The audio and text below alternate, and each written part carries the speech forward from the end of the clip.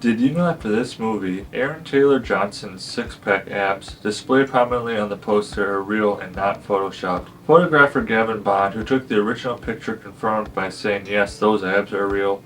This young man put in some serious hours at the gym." So I just got back from seeing Kraven the Hunter. I've been seeing a lot of negative reviews on this movie, a lot of bashing. I feel like a lot of review bombing going on right now. Some of you have compared it to Madam Web, saying it's even worse than Madam Web. I don't think any of that's true in my opinion. I actually thought this movie was okay. I'm going to get right into what I liked about this movie first, and then the things I didn't like I will save for the end. I felt like the performances and the visuals in this movie were good. Of course, Russell Crowe coming back and playing yet another father figure. He's playing Kraven's father this time. It's funny, Russell keeps getting cast in these superhero movies as somebody's father. I thought Russell's performance as Nikolai Kravenov was not too bad. I think Russell Crowe's performances have kind of fallen off. I don't think he's, his acting nowadays is not as good as it used to be. I think he just kind of takes roles to just get extra money and just to remind people that he's still around, but his roles as of late have not been very good. They've just been kind of something to watch and something to be entertained by, but that's just about it. I did like Aaron's performance as Kraven. Interesting though, I did pick up on this later on in the movie, but he starts out the movie speaking Russian, has a Russian accent, and then the rest of the movie he drops the Russian accent, he just speaks like he normally does. So that's kind of weird, but I felt like he did a good job just playing a character that I'm not familiar with, but introducing the world to who Kraven is and his motivations, his aspirations, his origin, and just how he just embraced kind of the darker side of this character, like the very primal feeling we get, just unlocking that the animal instincts and just the animal brutality in this movie for Aaron. And then I really liked the performance by the actor who played Dimitri, Fred Hechinger. Not familiar with who that is, but I did like his performance of Dimitri, aka the Chameleon. There's always going to be one character who's stronger than the other. There always is. When it comes to two brothers, one's going to be better than the other, but there's always the one you underestimate. That's the Chameleon, and I was more intrigued by the Chameleon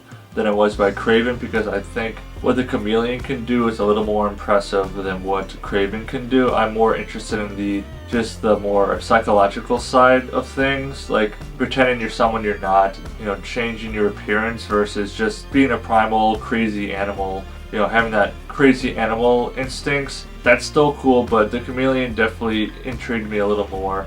I felt like the visuals were pretty decent. The CGI looked pretty good. I thought the lion in the beginning of the movie was actually really, really cool. It was a big lion. I don't even know if lions even get that big in real life, but that was a monster lion. I want to say the design for Rhino, it was different. They went with, kind of like a mutant version of Rhino. I think it looked good. I really do.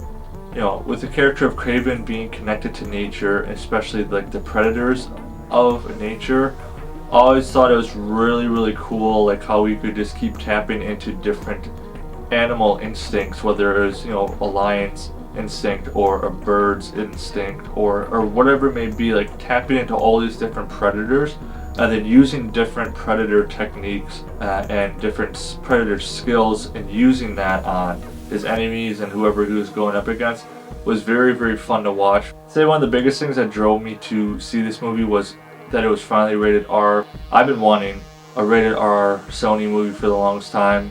When I did my review for Venom Let There Be Carnage, rated R was one of the biggest things that I wanted to happen and never did, and it was the perfect opportunity. And there were a lot of great violence, great action scenes, this over-the-top stuff. The last fight scenes at the end were crazy. They went all out on just killing someone as many ways as possible in the most brutal way possible. Lots of blood and just grotesque, and I think it goes to speak to Kraven's nature. So here are the things I didn't like. I thought the story was okay.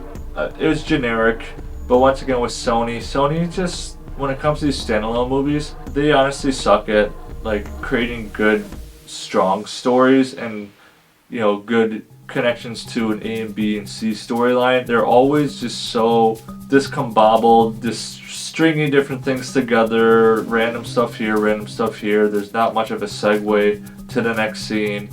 I also felt like the dialogue in the movie wasn't that good. I'm going to throw Madam Web under the bus for a minute just because I completely forgot I reviewed that movie this year. I thought it came out last year, but then it was this year.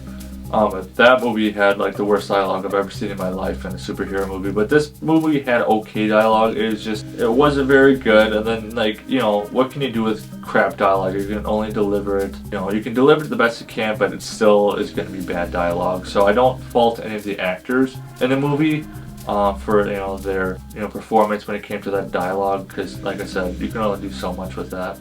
So for Kraven the Hunter, I'm going to give it a 6 out of 10 Mudflaps. And remember, leave me a thumbs up and drop in the comments below. What are your hopes for these characters in the Sony Spider-Man universe?